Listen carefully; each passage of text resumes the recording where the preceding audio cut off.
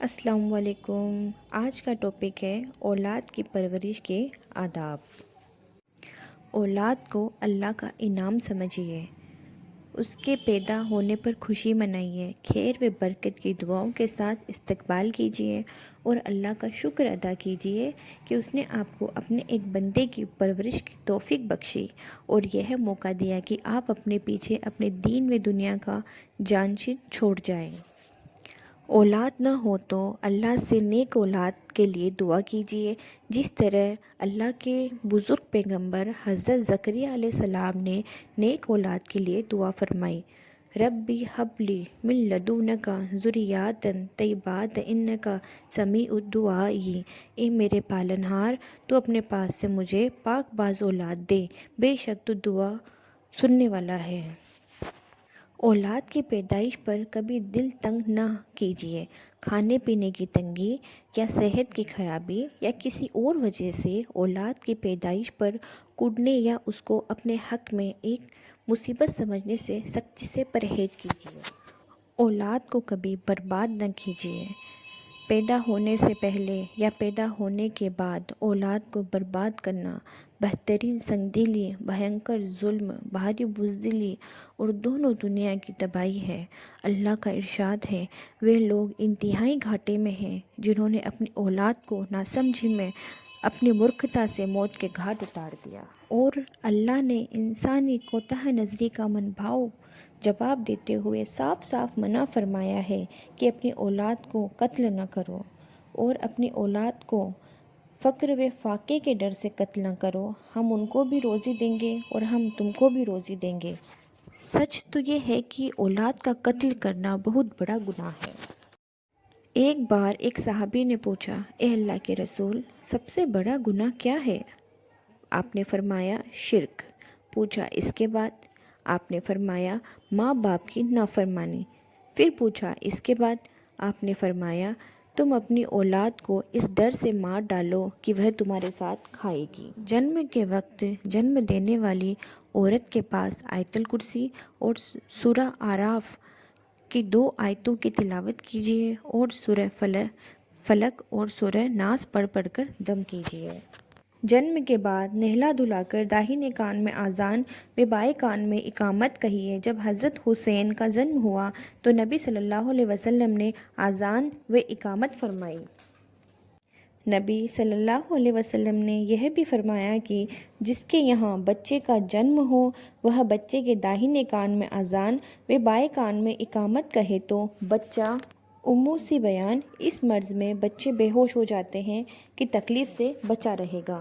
پیدا ہوتے ہی بچے کے کان میں اللہ اور رسول کا نام پہنچنے میں بڑی حکمت ہے۔ علامہ ابن قیم اپنی کتاب تحفۃ الودود میں فرماتے ہیں، اس کا مطلب یہ ہے کہ انسان کے کان میں سب سے پہلے اللہ کی بڑائی کی آواز پہنچے اور جس گواہی کو وہ سوچ سمجھ کر ادا کرنے کے بعد اسلام میں داخل ہوگا، اس کی ہدایت پیدائش کے دن سے ہی کی جائے۔ جس طرح مرنے کے وقت اس کو توحید کے کلموں کی تاکید کی جاتی ہے۔ اذان اور اقامت کا دوسرا فائدہ یہ بھی ہے کہ شیطان جو گھات میں بیٹھا ہوتا ہے اور چاہتا ہے کہ پیدا ہوتے ہی انسان کو آزمائش میں ڈالے، اذان سنتے ہی بھاگ جاتا ہے اور شیطان کی دعوت سے پہلے بچے کو اسلام اور اللہ کی عبادت کی دعوت دے دی جاتی ہے۔ اذان و اقامت کے بعد کسی نیک مرد یا عورت سے تہنیک کیجیے، یعنی کھجور وغیرہ چبوا کر بچے کے تالو میں لگوائیے اور بچے کے لیے خیر و برکت کی دعا کیجیے اور کرائیے۔ حضرت اسماء فرماتی ہے کہ حضرت عبداللہ بن زبیر جب پیدا ہوئے تو میں نے ان کو نبی کی گود میں دیا، آپ نے خرما منگوایا اور چبوا کر مبارک لعاب عبداللہ بن زبیر کے منہ میں لگا دیا اور خرما ان کے تالو میں ملا اور خیر و برکت کی دعا فرمائی۔ حضرت عائشہ کا بیان ہے کہ نبی صلی اللہ علیہ وسلم کے یہاں بچے لائے جاتے تھے، آپ تہنیک فرماتے اور ان کے حق میں خیر و برکت کی دعا کرتے۔ بچے کے لیے اچھا سا نام تجویز کیجیے جو یا تو پیغمبروں کے نام پر ہو یا اللہ کے نام سے پہلے عبد لگا کر بنایا گیا ہو، جیسے عبداللہ، عبد الرحمن، کچھ ایسے نام۔ نبی صلی اللہ علیہ وسلم کا ارشاد ہے، قیامت کے دن تمہیں اپنے اپنے ناموں سے پکارا جائے گا، اس لیے بہتر نام رکھا کرو۔ نبی صلی اللہ علیہ وسلم کا ارشاد ہے کہ اللہ کو تمہارے ناموں میں سے عبداللہ اور عبد الرحمن سب سے زیادہ پسند ہے، اور آپ نے یہ بھی فرمایا کہ نبیوں کے نام پر نام رکھا کرو۔ اگر کبھی انجانے میں غلط نام رکھ دیا ہو تو اس کو بدل کر اچھا نام رکھ دیجیے۔ نبی صلی اللہ علیہ وسلم غلط نام کو بدل دیا کرتے تھے۔ حضرت عمر کی ایک صاحبزادی کا نام آسیہ تھا، آپ نے بدل کر جمیلہ نام رکھ دیا۔ 7ویں دن عقیقہ کیجیے، لڑکے کی طرف سے 2 بکرے اور لڑکی کی طرف سے 1 بکرا کیجیے، لیکن لڑکے کی طرف سے 2 بکرے کرنا ضروری نہیں ہے، 1 بکرا بھی کر سکتے ہیں، اور بچے کے بال منڈوا کر اس کے برابر سونا یا چاندی بھی خیرات کیجیے۔ نبی صلی اللہ علیہ وسلم کا ارشاد ہے، 7ویں دن بچے کا نام تجویز کیا جائے اور اس کے بال وغیرہ اتروا کر اس کی اور سے عقیقہ کیا جائے۔ 7ویں دن ختنہ بھی کرا دیجیے، لیکن کسی وجہ سے نہ کرائے تو 7 سال کی عمر کے اندر ضرور کرا دے۔ ختنہ اسلامی پہچان ہے اور صفائی و صحت کے لحاظ سے بھی بہتر ہے۔ نبی صلی اللہ علیہ وسلم کا ارشاد ہے، جب تمہاری اولاد بولنے لگے تو اس کو لا الہ الا اللہ سکھا دو، پھر مت پرواہ کرو کہ کب مرے، اور جب دودھ کے دانت گر جائے تو نماز کا حکم دو۔ صلی اللہ علیہ وسلم کے خاندان میں جب کسی بچے کی زبان کھل جاتی تو آپ اس کو سورہ فرقان کی دوسری آیت سکھاتے، جس میں توحید کی پوری تعلیم کو بڑی خوبی کے ساتھ سمیٹ دیا گیا ہے۔ سورہ فرقان کی دوسری آیت کا ترجمہ میں آپ کو سناتی ہوں۔ وہ اللہ جو آسمان اور زمین کی بادشاہی کا مالک ہے، جس نے کسی کو بیٹا نہیں بنایا، جس کے ساتھ بادشاہی میں کوئی شریک نہیں ہے، جس نے ہر چیز پیدا کی اور پھر اس کی مناسب تقدیر مقرر فرمائی۔ بچے کو اپنا دودھ بھی پلائیے، ماں پر بچے کا یہ حق ہے۔ قرآن نے اولاد کو ماں کا یہی احسان یاد دلا کر ماں کے ساتھ غیر معمولی اچھا برتاؤ کرنے کی تاکید کی ہے۔ ماں کا فرض یہ ہے کہ وہ بچے کو اپنے دودھ کے ایک ایک قطرے کے ساتھ توحید کا سبق، صلی اللہ علیہ وسلم کا عشق اور دین کی محبت بھی پلائے، اور اس محبت کو اس کے قلب و روح میں بسانے کی کوشش کرے۔ پرورش کی ذمہ داری آیا دائی پر ڈال کر اپنا بوجھ ہلکا نہ کیجیے، بلکہ اس بہتر دینی فریضے کو خود انجام دے کر روحانی سکون اور خوشی محسوس کیجیے۔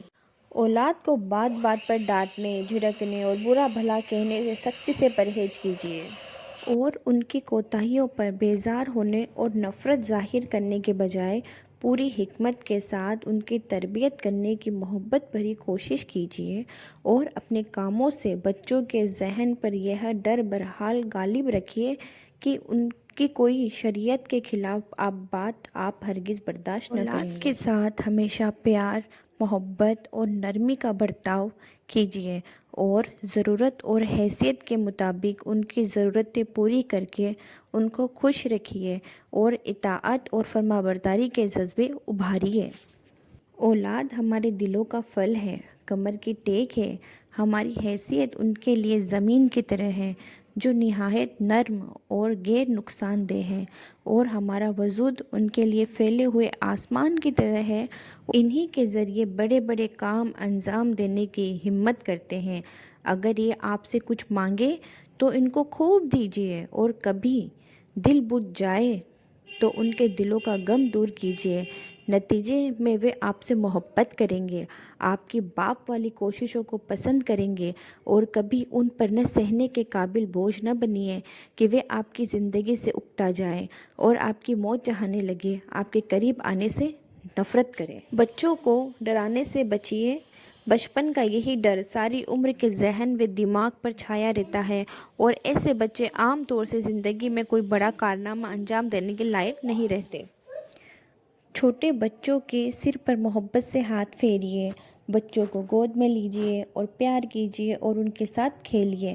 ہر وقت سخت اور کھرے مزاج حاکم نہ بنے رہیے کہ اس طرح بچوں کے دل میں ماں باپ کے لیے محبت کا بے پناہ جذبہ پیدا نہیں ہوتا۔ ان کے اندر اپنے پر بھروسہ بھی نہیں پیدا ہوتا اور ان کے سوبھاؤ لالن پالن پر بھی اچھا اثر نہیں ہوتا ہے۔ اولاد کو پاکیزہ تعلیم و تربیت سے سجانے کے لیے اپنی ساری کوشش وقف کر دیجیے اور اس راہ میں بڑی سے بڑی قربانی سے بھی جھجکیے نہیں۔ یہ آپ کی دینی ذمہ داری بھی ہے، اولاد کے ساتھ بھاری احسان بھی، اور اپنی ذات کے ساتھ سب سے بڑی بھلائی بھی۔